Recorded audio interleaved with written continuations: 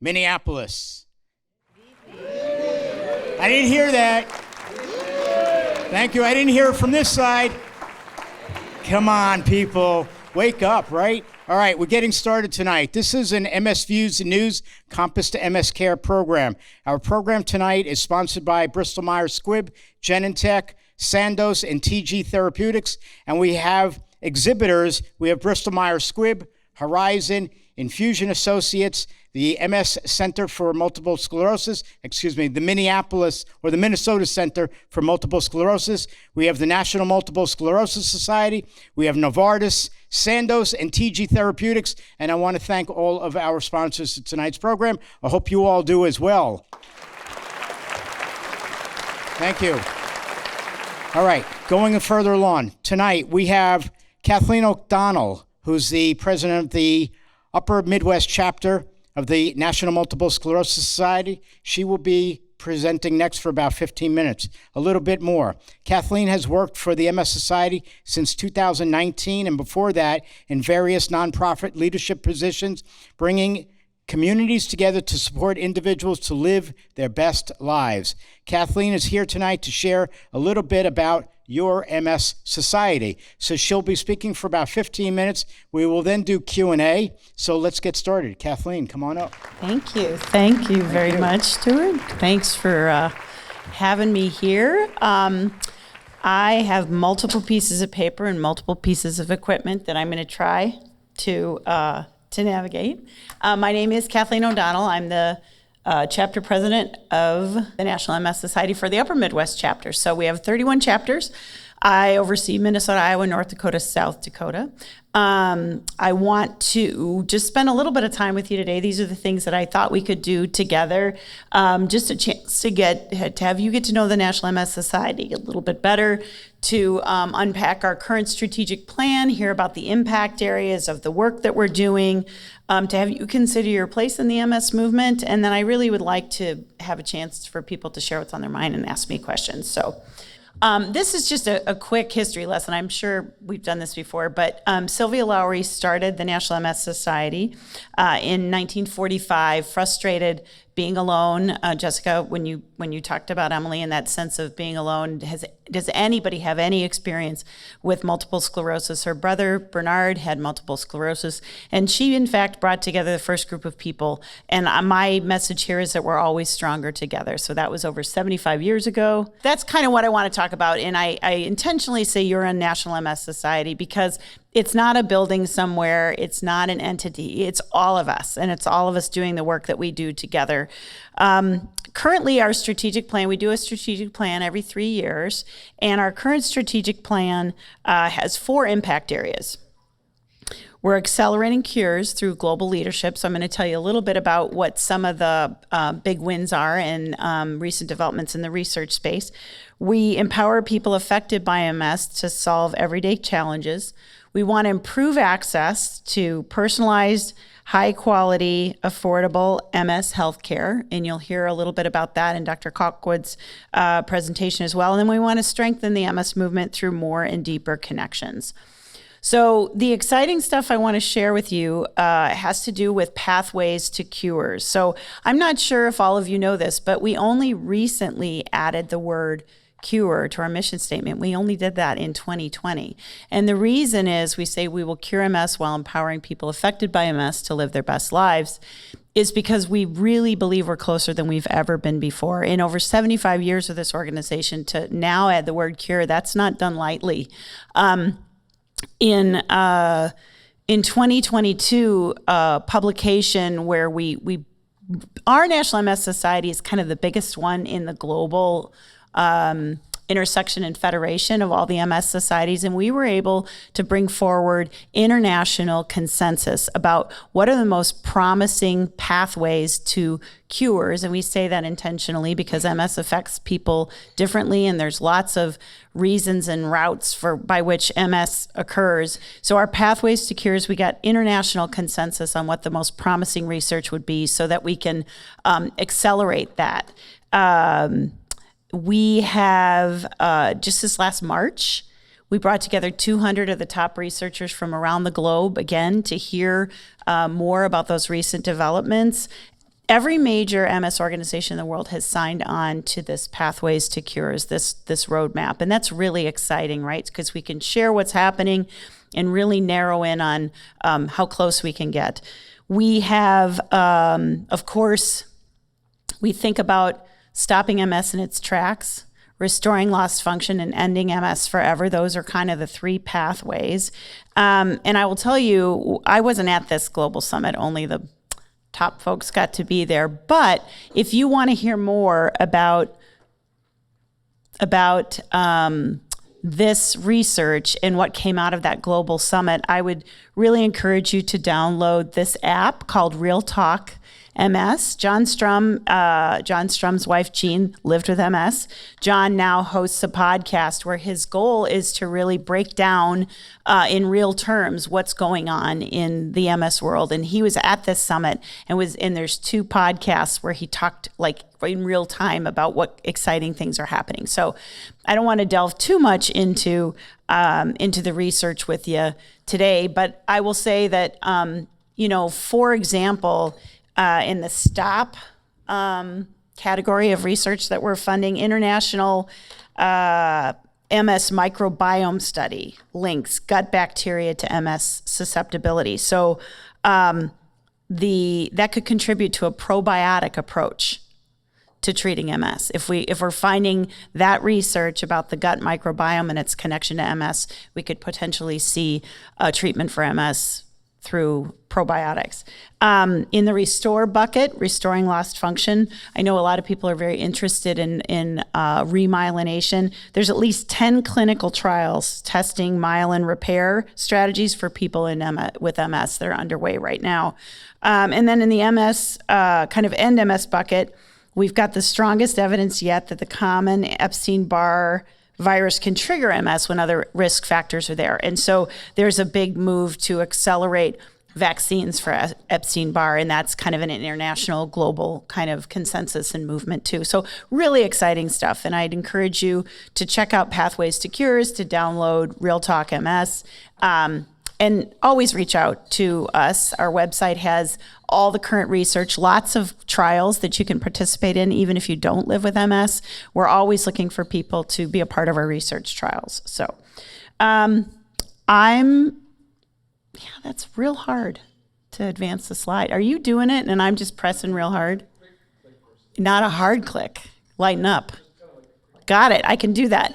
So you heard from some of our awesome self-help group leaders this evening. We have 61 self-help groups in our chapter, 4 states, and there's about 16 of them in the greater metropolitan area. Really appreciated Kurt coming up from Faribault. These self-help groups have all kinds of different flavors and approaches. And I just really enjoyed hearing from all of you to be able to share that. And there's a self-help group for everyone. We also have other connection opportunities I don't think people know about as much. We have an MS Friends program, which is a one-to-one match for people that are kind of in the same chapter of life that you are, and you get to kind of share that journey together. We have online communities, which are just exploding. And it's interesting that you were sharing how when you did your group, you have people from other countries even participating. And then, of course, we have our MS navigators who are really a support partner, a caring support partner.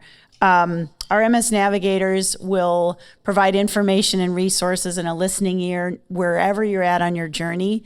If you're newly diagnosed, if you've been diagnosed for a long time, if you are having workplace challenges, if you need financial assistance for home modification, if you need help navigating Medicare and insurance and how to handle that. This team is outstanding. And there's these MS Navigator cards out on our table. And I would like to challenge everybody to take at least one, preferably 2. I made Jack over there take 2. I'm like, take these and take one with you and give one to somebody else, because these navigators are a lifeline and they'll hook you up with a support group, right? They're incredible people. The way they work is it really depends on what people need. So we do everything from I need to find a doctor in my region or a support group, all the way to case management. We have relationships across the country. with people who can provide case management if needed. So this is part of the kind of the long-term relationship that we have with folks, and we make sure that they get what they need over time. The second impact area in our strategic plan is improving access to affordable, high-quality, accessible MS healthcare. It's tricky. I think what I would offer is that we kind of hit this on all sides. We do professional development for folks that are in medical fields that serve people who live with MS, whether they're physical therapists or neurologists. We do mentorships, fellowships to build up the MS workforce so that we're sure we have people coming in through all gates who want to serve people who live with MS. We provide those resources to those folks. We want to make sure that we empower people to advocate. So not just to advocate for themselves, our navigators can help somebody do that, but also to be advocates in state, local, and federal places. We have a huge MS activist network across the country, and they are constantly ensuring that the voices of people who live with MS are heard. Some of the bigger topics right now are affordability of MS medications. The average cost of MS medications is $96,000 a year.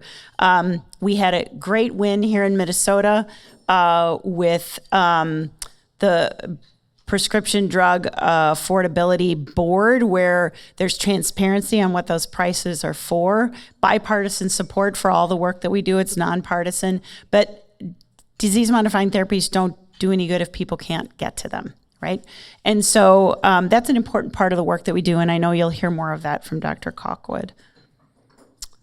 This, again, is some of the advocacy work that we do. And I would encourage you, there's also little things out there for join our MS Activist Network. It's something you can do from your home. You'll get messages and top things that we're working on, and you can tailor them to send to all your representatives and legislators. So give you a little bit of chapter information. I just think this is interesting to hear about. So we are Minnesota, Iowa, North Dakota, and South Dakota, like I said. We have, our office is in Minneapolis, but that doesn't mean that's where all of our people are and all of our efforts are. Like I said, we have 61 support groups. We have 16 trustees. We have a number of MS emeritus trustees who are all over our chapter in Minnesota, Iowa, North Dakota, and South Dakota. We have community councils in 4 of our states, and we're starting 3 more. And then we have partners in MS Care, including where Dr. Cockwood is. They're places that work with us really closely to get all the research and information they need, and then to kind of have a seamless referral for people who live with MS. We serve 24,000 people who have connected with the society in our chapter. But what I'll tell you is that we found out in recent years that over twice the number of people that we thought live with MS. So right now we are connecting with about 60% of those people who live with MS. We have a long way to go. But right now, 8.3 million people engage with the society. So our goal for this year was 8.6 million, and we're well on our way. Over 116,000 of those people are newly diagnosed. So that's really, really, really good. We have programming now for newly diagnosed folks that is on a rolling basis where people can get the information they need and get immediately connected to a group of peers. We are working really, really hard to leapfrog over all the inequities that we find in our healthcare system that impact people who live with MS. We just finished our 2nd day of our 3rd annual Black MS Experience Summit to bring together and empower people who share the unique experience of being Black and living with MS. We'll have our 2nd annual Latinx Hispanic Summit in the fall, and we're working on trying to do community neurology outreach where there's gaps. We have a lot of people who are seeing neurologists who aren't connected to the MS Society at all, and we want to kind of really get ahead of that. So that's some of the work that we do. And then I just want to leave you with a couple ways to be engaged. We always welcome volunteers, and I know a lot of you in this room are volunteers. All of our self-help group leaders are volunteers. We couldn't do this without them. Participating in the programs that we have and the research, join the activist network, helping spread awareness and resources. You can grab stuff off my table. I don't need to take that home. If you have people that you want to share that information with, please do. We have our events. We have 3 bike rides. We have 8 walks in our chapter. We have a ton of really cool do-it-yourself events. We have a group that rides 4-wheelers and Jeeps over boulders and mud in Gilbert, Minnesota every year. It's called Crawl for the Cure. They raise something like $350,000 every year. We've got golf events that people do. We have a group of guys that the River Road Run. They ride motorcycles and raise funds for MS. So, yep, you like that group. So check out our chapter website if you want to find what the next events are. And really, I want to just spend a couple minutes hearing from you and seeing if you have any questions for me or anything on your mind.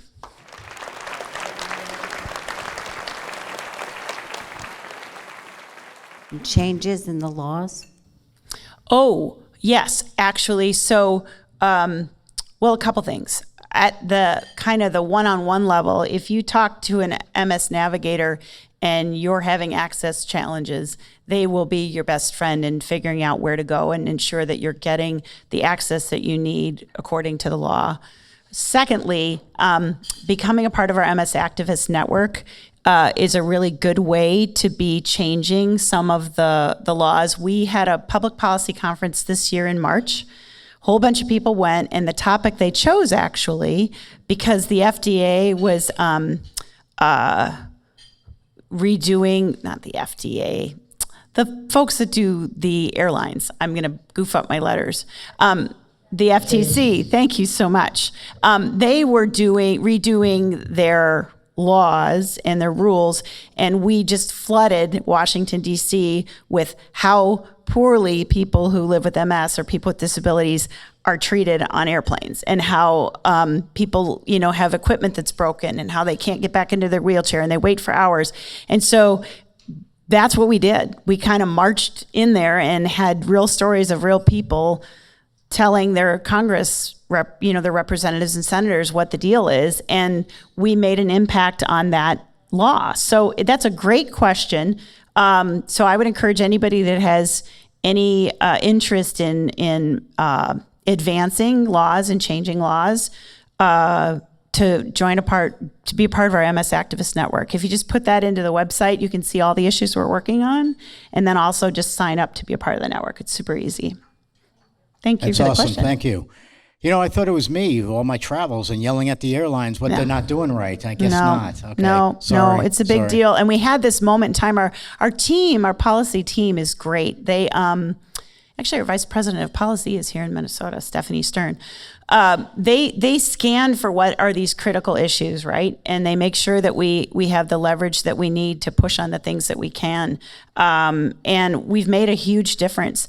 There was something like 94 bills that got passed in different states that affected people who live with MS because of the work that we did. So they're excellent at what they do, and you can, if you like that stuff, just go to our website and you can keep up to date on all the different issues that we're pressing forward on. Great. Anybody out here have a question? Raise your hand if you do. I'll be out there in a minute. Great. Thank you for that. Before I get to there, if a person wants to start a self-help group, what do they do? Oh, that's just such a great question. Well, they would actually call that main number. We've got one number, which is fabulous, and say, I want to start a self-help group, and they'll help them get to the right place. You could also find information on our website, and there's an email address there if you want to start a self-help group. Sarah Lovett oversees the self-help groups in our chapter and one other chapter. So we have full-time staff dedicated to training people and helping them do that. In fact, we've got a new one that just started in Fargo and a new one that just started in Sioux Falls. And so we welcome people to do that. And it's nice that, people can do it. So we had one in Fargo, and the person wanted to do one in the evening because they couldn't do it during the day. So we helped them start a new one. First of all, thank you very much for all that you and your organization do. It's our pleasure. Thank you very much. We're here because of you, so thank you. And secondly, I was just curious, where does the funding for the MS Society come from? Oh, that is a fabulous question. So, what I will say is, we do fundraising. For example, I can scroll back to those. There's 4 events that we do. Those events are fundraising events. So I just got off of the MS 150, which is a bike ride where we bus people up to Duluth, and they bike 75 miles first day, 75 miles the second. We had a $2.1 million goal for that ride. It was actually the first ride in the whole MS series. We started it here in Minnesota, and that ride alone brings in that series, Bike MS, which is the largest philanthropic bike ride series in the world, brings in $53 million for MS, right? And all those funds go to research and the programs and services that we have. So people are doing fundraise. In fact, the bike thing, this is what's really cool. We have a walk event. We have 8 walks. There are lots of people in this room. There's our walk team right back there. Yep, walk team's right back there. We had that in May. They do fundraising, right? And then their friends and family do fundraising. We had 2,700 people at the Twin Cities Walk in May. We had 2,003 bike riders on the MS 150. There's an MS 150 in Texas. They have between 8,000 and 12,000 people who ride. And many of the people, like walk side, most people know about MS. They have someone. A lot of people on the bike side come because they like to bike, but they leave changed forever because now they understand MS. And then they go, I do know people who live with MS. So there are people fundraising all of the time. These DIY guys that do the Jeeps and boulders and rocks and crazy stuff, they're raising money for you. That's where it comes from. We have individual giving. We have people who list the MS Society in their will. They give part of their donor advised funds. So we have individual giving. We have galas. We have fun events. But fundraising, our team works just as hard at raising the funds as they do at providing the services. And so, but it always goes somewhere, right? It always goes back to the cause. We also, on the advocacy side, we're able to leverage money from the National Health, the NHS, and the Department of Veterans Affairs for the MS Research Project. Our advocates are able to go to Washington, D.C. every year and ask for increased funding that matches the private funding that goes into research. So even the funding you spend getting advocates to go get more money kind of amplifies what we're able to do. And I will say, used to be there were like 100 different chapters and they were all their individual nonprofits. And if you can think of kind of the overhead of that many 990s and accounting and all that books, we're one organization. So all the money that gets raised goes to everybody. We don't have chapters where if they raise a lot of money, those people get a lot of stuff, and tiny places where people don't get anything. It doesn't matter where you live. You have full access to all the resources of the National MS Society. So that's a big deal too. Okay. Good question. Thank you. Last question for you, I think, unless somebody out here has a question. Okay, so the last question I have for you is, if somebody wanted to reach one of your navigators, is this something that's available 24/7? It is not 24/7. This is not a hotline or a crisis line. But we have staff answering the phones and emails in different places in the country. So it's a pretty wide swath of hours when they're available, but it is not 24/7.